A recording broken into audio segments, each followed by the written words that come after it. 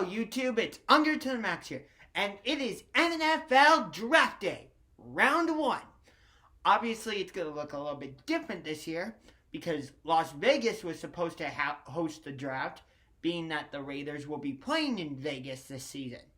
They should still be in Oakland, but whatever. But that's not why I'm making this video.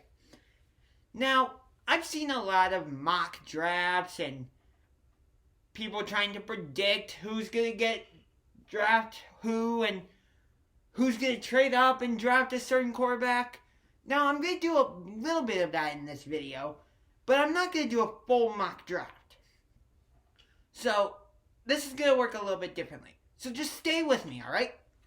So, first, before I get into the draft, I'm curious, what is LSU's offense going to look like for this coming season?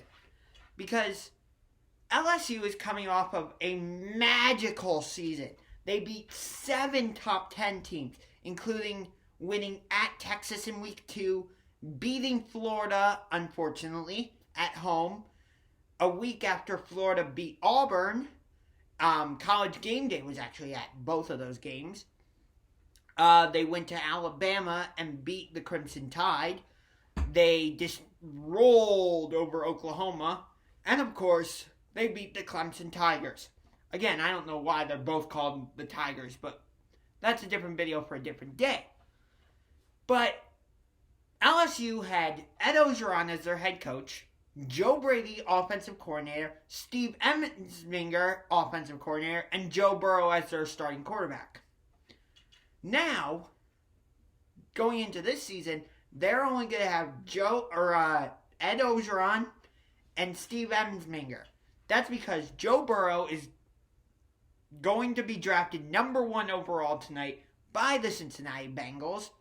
I'm pretty sure they have already told Joe Burrow that, so you can all but guarantee it.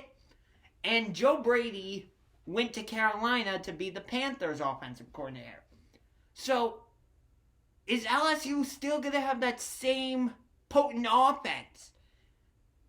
Who's going to be the top dog or top cat in college football? Is it going to be Clemson again? Is LSU still a legitimate factor? Is Ohio State going to come up and surprise people? Obviously, you have Alabama. Is Florida going to be a factor? Penn State, are they in the mix? You know, you have all these questions. But anyway, it's NFL Draft Day, so let's get to it. Joe Burrow is going number 1 overall to Cincinnati. That's for sure, like I said. Number 2, Washington. I think that under normal circumstances, they might have actually taken Tua. Because it sounds like they weren't thrilled with Dwayne Haskins last season. But due to these uncertain circumstances, and they weren't able to meet with Tua in person and couldn't really get a doctor's perspective on it, they're going to probably go with the safe pick and take Ohio State defensive end Chase Young to be able to chase down a Carson Wentz, a Dak Prescott, a Daniel Jones, who actually played decently last season, surprisingly. But I think the Detroit Lions will shock everybody. Now, most mock drafts that I've seen are projecting that the Lions are going to take cornerback Jeffrey Okudah out of Ohio State. However, I've also heard reports that they brought in Oregon quarterback Justin Herbert for a visit before this whole pandemic happened, and I heard they also brought in Tua. Now, this could just be simply a smokescreen, but I'm going to make a bold prediction right here, right now. With the number 3 overall pick in the 2020 NFL Draft, the Detroit Lions will select quarterback Justin Herbert out of Oregon. Seriously, I think the Detroit Lions will select the heir apparent to Matthew Stafford with the number 3 overall pick. And then we get to the number 5 overall pick, because nobody cares about the New York Giants. Well, actually, I take that back. People do care about the Giants, but nothing exciting is going to happen with them, unless another team trades up, like the Chargers or Dolphins. Otherwise, they're just going to take an offensive lineman. Yay! So we get to number 5, and the Miami Dolphins. Everybody's saying, oh, they're going to take Tua, or they're going to take a different quarterback like Justin Herbert. No. I think they should give Josh Rosen a fair chance. I mean, he got screwed when he got drafted by Arizona anyway, because he only played one season, and then the Cardinals were like, well, we didn't like what we saw, so we're going to take Kyler Murray. Maybe Josh Rosen should have stayed another year at UCLA. Whatever. So, I'm going to say the Dolphins. Yeah, I'd rescind my statement. I think the Dolphins do take Tua. But the Chargers, I think they will not take a quarterback. They're going to take either an offensive lineman or a defensive lineman. I think so. All right. Let's see. What else? Oh, I think one running back that is getting overlooked is Wisconsin running back Jonathan Taylor. Now, I think he is first-round material. Not top 10, but late first round, like in the 15 to 32 range. I'd like to see him get drafted. I'm not sure why, but for some reason when I did see Wisconsin play, I really enjoyed watching him specifically.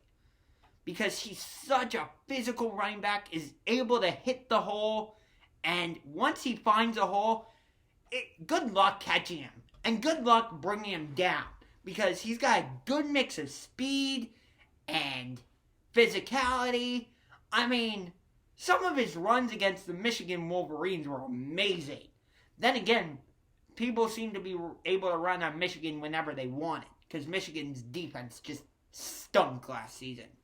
Jim Harbaugh never should have gone to Michigan. He should have stayed in the NFL. Because he has not been good at Michigan. And when he was with the 49ers, he led them to the NFC Championship game in 2013. And the 49ers almost won the freaking Super Bowl in 2012. But the Ravens had something to say about that, obviously. Now, so I think Jonathan Taylor should get drafted somewhere between the 15 to 32 range of the first round. If I had to say what team I think is going to take him, I'm going to say... that's a tough one. I'm just thinking. I'm going to say Kansas City takes him with the last pick in the draft. Or of the first round, I should say. Now, Jordan Love, the quarterback from Utah State. I think somebody should trade up and get him. Or a team like, if he does fall in the draft, I think New Orleans should think about drafting him. Maybe trading up to get him, I don't know. But I think the Saints would be the perfect fit for Jordan Love. Let him sit under Drew Brees, continue to use Taysom Hill in the gadget plays, and then when Drew Brees retires and goes to NBC, because I guess that's what he signed a contract to do that, you let Jordan Love take over the controls. I think it makes perfect sense. And Jalen Hurts is projected to go to Pittsburgh, which would be interesting because the Steelers did not have good backup quarterbacks last season. Mason Rudolph and Devlin Hodges, yeah, they had good games last season, but overall, they didn't really produce that well. So, the Steelers really need to find an heir apparent to Ben Roethlisberger, who will be coming off elbow surgery. So, we'll see. And there's a guy, Division II, He went to my school, Notre Dame College. His name is Shahan Williams. He is a defensive end who I got to see in person because I went to Notre Dame College. He has a great sense to get to the quarterback, a great motor, a very physical defensive end. So, I am asking the team right here, Wapow, the Indianapolis Colts, dear Indianapolis Colts, in the fourth round, please draft Shahan Williams, defensive end from Notre Dame College in South Euclid, Ohio. Division II football produces great players, and they can, I think, if you give them a chance in the NFL, they'll make things happen. So that's going to do it for this video. I know it was a little bit lengthy, but please watch this whole thing. I really encourage you to do that.